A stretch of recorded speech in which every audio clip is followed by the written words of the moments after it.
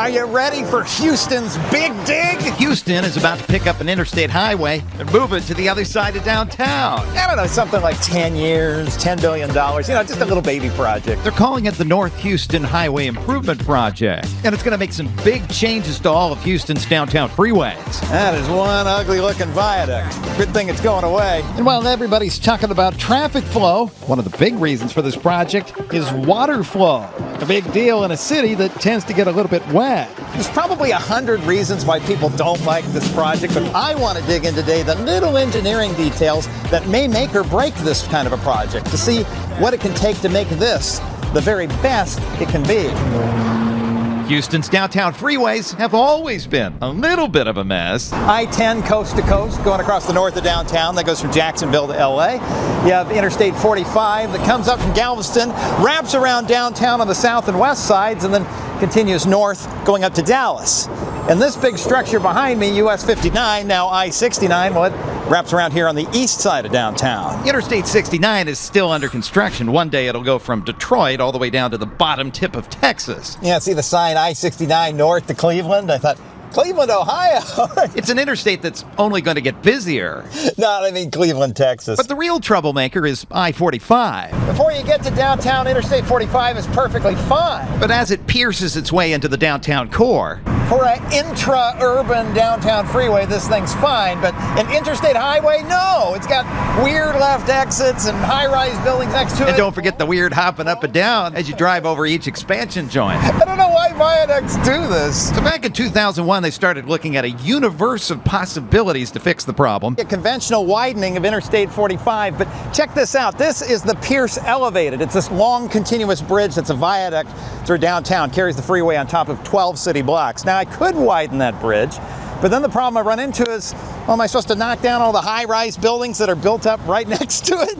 The winning idea was to not widen this freeway at all. Instead, move it to the east side of downtown, next to I-69, and get rid of the Pierce Elevated altogether.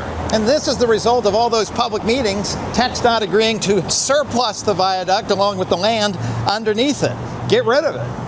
This is a big deal. You go back in time 30 years ago, there's no way Texas politicians or engineers would get rid of a perfectly good freeway, even one that's got problems. The Pierce Elevated is sort of like a wall. An economic activity inside versus outside is quite a bit different. Tearing it down could help tie the city back together. Now notice I used the term surplus, not demolish. TxDOT just wants to get rid of this thing. None of their plans show ramps connecting to this. They're done with it. Now, if the city of Houston, County of Harris, or Metro Transit have some productive purpose for it, they could probably end up buying it cheap from the state. One guy even has a website where he dreams of this being Houston's version of the High Line in New York, where it's like a long, continuous city park. But so far, that just looks like a dream somebody has on a website. Very likely the Pierce Elevated is coming down. Personally, I think the city has a lot of potential selling this off block by block to private developers and generate a lot of economic activity for this part of town. So instead of the northbound freeway charging into downtown, the new design shows it making a right turn. Interstate 45 would run parallel with I-69 on the east side, next to the convention center. You'll have Interstate 69 on the outside. It'll deal with all the local traffic, access to downtown, the on and off ramps and freeway interchanges. And then the traffic will probably move a bit slower than Interstate 45, which isn't going to have any exits to downtown at all. Once you're in this thing, you're all the way through to the north side. A huge change from the Pierce Elevated, which is not designed for long distance through traffic at all. Now, to move a second interstate highway side by side, an existing interstate highway is going to take a little bit more land. So right now the frontage road is here at Chartres Street, but they're going to have to move the frontage road to St. Emmanuel Street because they're going to have to buy out an entire city block the whole way. This is the part where it's okay to say, "You car people, you're monsters!" Well, to try to make up for this, TxDOT plans to take this ugly, elevated I-69 viaduct that's been chopping off the downtown from the east side, just like the Pierce Elevated does. They'll take the new Interstate 45 and I-69 side by side and put them down in a pit below street level. This is Interstate 69 south of the 45 interchange, and it's double width because the 288 freeway over there is merged into it. It's down below street level, so this section doesn't need to change a whole lot. And this gives us a visual image of what the pit by the convention center is going to look like with two freeways, and it is pretty big. The block between Chartres and St. Emmanuel that the freeway wipes out, it's thankfully mostly low-slung buildings and parking lots. It did wipe out this relatively new apartment building, and the designers had to squish the freeway around the Cheek Neal building because it got added to the Register of Historic Places just in time. The convention center puts their loading dock here underneath the I-69 freeway. But the freeways won't be a bridge anymore. They'll be down in a pit. Well, they still need a loading dock, right? So now they're going to have to build a structure to cantilever it out over the top of the freeway. The loading dock doesn't move, the freeway sort of moves around it. But if Texas is going to this much trouble, they can solve a second problem. Southbound traffic can use Chartres Street to access the downtown street network, although that's going to be moving a block over. But northbound, it doesn't have a frontage road like that. But the new cantilever design adds one. Now, just like northbound, southbound traffic will also have a frontage road to access the downtown street grid, even if it has to hover up in the air. But as Texas-sized as this is, and it's not going to win awards for beauty, it's still a whole lot better than a viaduct. You can stand on one side of the neighborhood and see the other side of the neighborhood. But in a city as wet as Houston is, this design choice starts off a colossal civil engineering project that doesn't have anything to do with cars. This video is not sponsored by Puppy. When your sweet little kitty decides to swallow a sewing needle, Puppy. Well, at least one living creature in this house gets to have health insurance.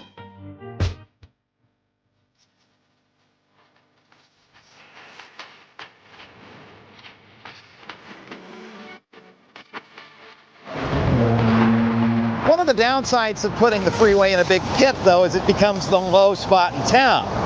When it rains, all the storm drains start backing up, right? And the neighborhood starts to flood out a little bit. Well, all that water now has somewhere to go. It can go to the low spot, down into the pit.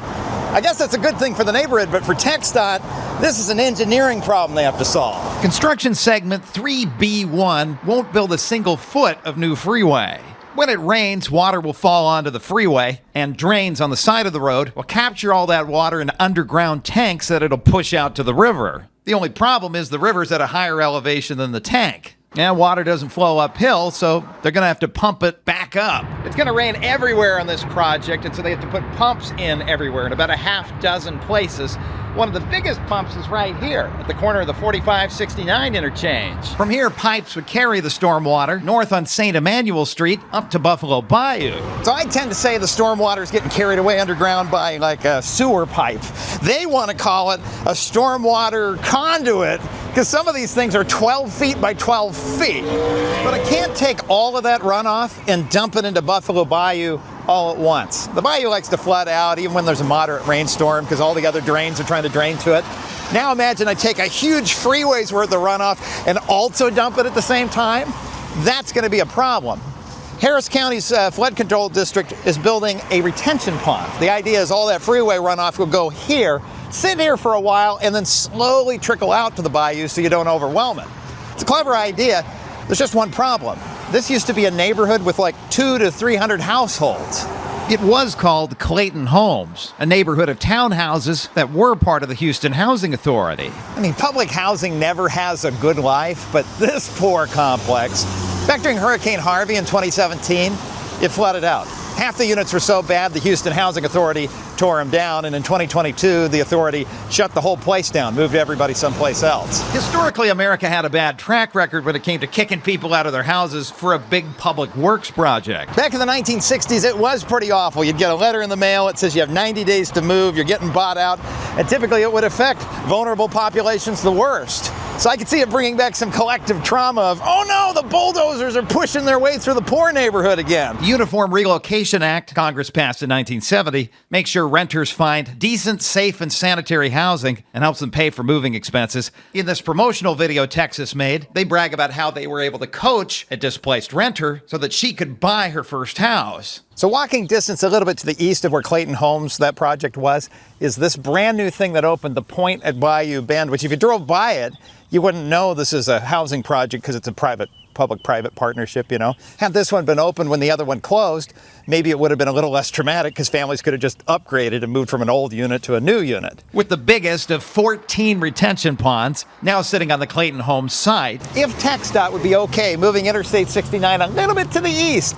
over the new retention pond, over what used to be Clayton Homes here, well, a whole bunch of dominoes fall into place. Buffalo Bayou is really twisty. And right now, I-69 drifts to the west a little bit so it can sit on top of one of the peninsulas. But if TxDOT are building new bridges anyway, the flood control district could build a bypass channel so the water could flow straight through. By doing that, the water moves more efficiently during a storm out to Galveston Bay. It gets out of town, which means that flood storm level, it might drop 1 to 3 feet vertically. And if you know anything about flood control, you know a 1 to 3 foot drop vertically, it's going to make a huge difference horizontally on what floods out. And by improving water flow, they can also improve traffic flow as cars approach the big interchange with I-10. Everything can kind of hit more at a 90-degree angle. I think this was built in pieces over time, over many decades. So now they can have a clean sheet design that kind of functions a lot better. It's hopefully safer. From here, the new Interstate 45 would leave I-69, make a left-hand turn and head westbound, side-by-side Interstate 10. But instead of following the existing curvy route that the 10 takes now, TxDOT make the case of coming straight through here, which means they've been bulldozing buildings all over the place. Over there, there's a railroad track and a historic building, and they have to squish through there by just a few feet, which they do. But TxDOT makes a good case why they want to do this. This is UHD, University of Houston, downtown. Well, it grew up around Interstate 10 on both sides. New buildings have popped up within arm's reach of the freeway.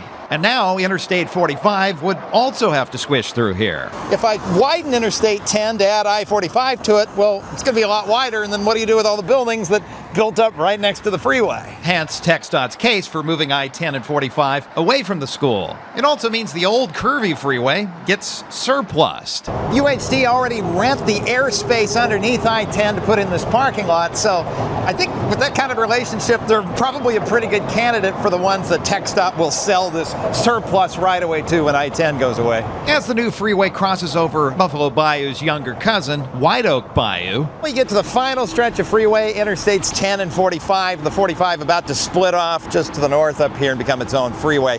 The original plan was to put these down at ground level, flat, you know, that's what you typically do, and then have the carpool lanes, express lanes, elevated up high on basically stilts, like a big giant viaduct, which is a very Texas thing to do. But it turns out they're going to have to put all of the freeway in this section up on stilts, which is not cheap, but there's a good reason to do it, and it has to do with that little puddle of water down there. Why building 5 bridges might be cheaper, easier, and faster than trying to replace just one bridge. Back in the 1960s, when engineers were designing I-10, they had maps showing where flooding was likely to happen, and they tried to keep the freeway out of it. In 2014, new maps came out that said, nah, this area is probably going to flood out more than you think. Coincidentally, in 2015, there was a 500-year storm. In 2016, there was a 500-year storm. And in 2017, you had Hurricane Harvey.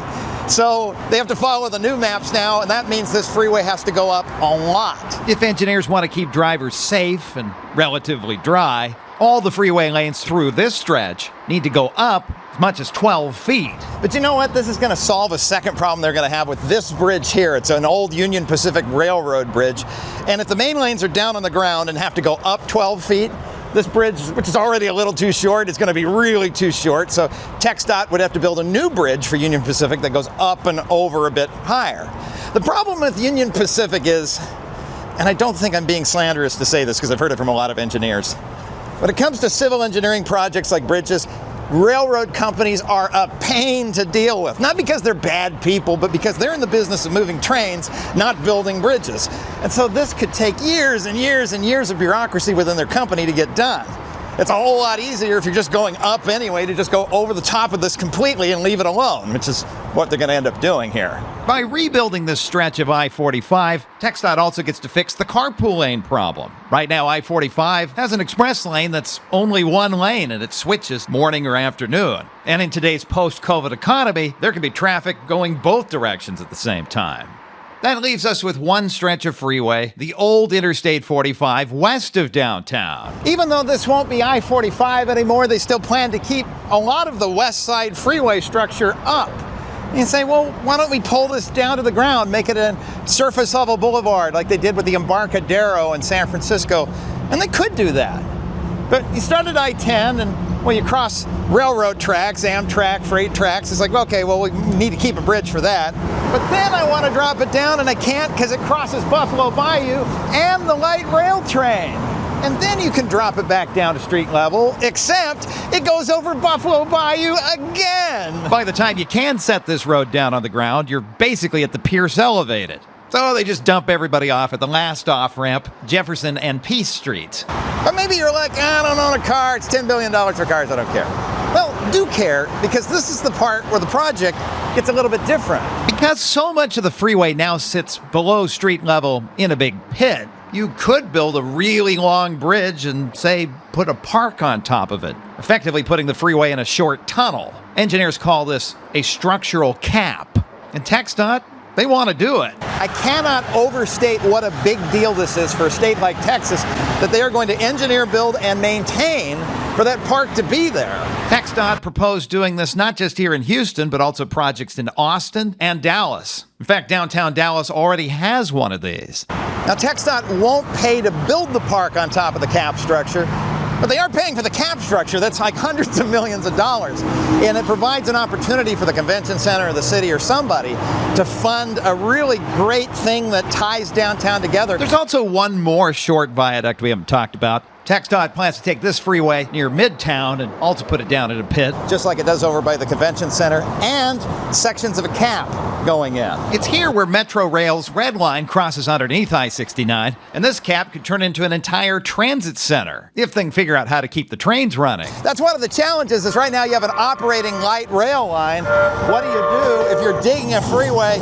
underneath the tracks, but you have to keep these tracks operating? People on foot or riding bicycles should also have an easier time crossing the freeway. Texas took the city of Houston's bicycle master plan, basically just copied it into their design. So a lot of city bicycle infrastructure is getting built out with state money. Houston's late mayor Sylvester Turner had a love-hate relationship with this project. He even helped the city sue the state of Texas over it. Both sides settled out of court, with TxDOT agreeing to help make sure the housing in Clayton Homes got replaced, that the project would help fix drainage and flood control problems in the city, that the new freeway could be on as small of a footprint as possible, the HOV lanes could be better for buses, and TxDOT would tie the community back together with things like Freeway Caps. All things that we just talked about. And with this agreement in place, the project won Sylvester Turner over. And that was the mayor's whole point, is look, the consensus we built, the plan we have, is it perfect?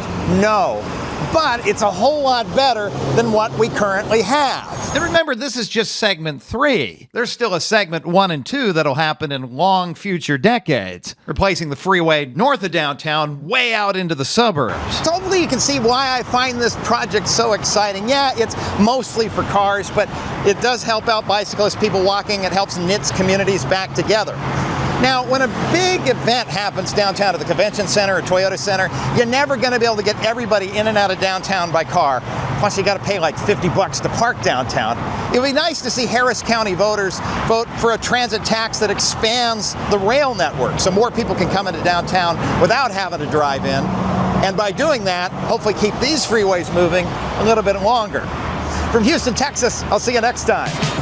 I really wanted to get the Texas Department of Transportation on camera, but they declined a couple of my other media requests while I was in town, so I didn't really want to feel like I struck out 3 times. They did send me a couple of their manuals that engineers use to design Texas freeways, and next month I dive deep into a really cool Texas freeway feature that makes Texas, Texas.